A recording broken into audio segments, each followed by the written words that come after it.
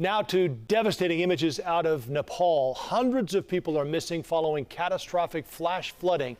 You can see homes, roads, bridges, all now destroyed. If you haven't seen this, take a look. This is the moment the floods hit. It was captured on camera. Just devastating.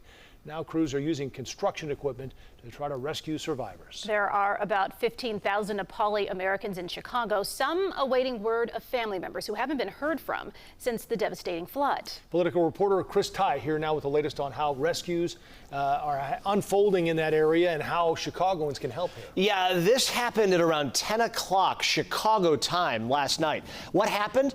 Experts think an ice avalanche triggered the flood when a chunk of glacier broke off, crashing hundreds of feet into a valley below. 160 confirmed dead so far, 33 American tourists among the hundreds still missing. New video shows survivors rescued from Nepal's border with the Chinese territory of Tibet.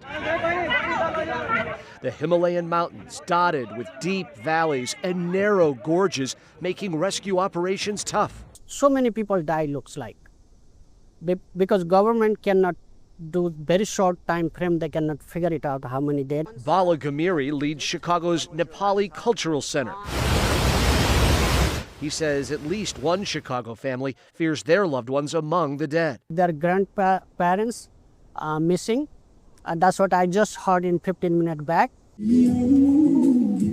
Chicago's Edgewater neighborhood is home to thousands with roots in Nepal. The inaugural Street Fest earlier this month down the block from the iconic mural depicting the faces of the culture. Nepalese restaurants proudly serving food from the homeland.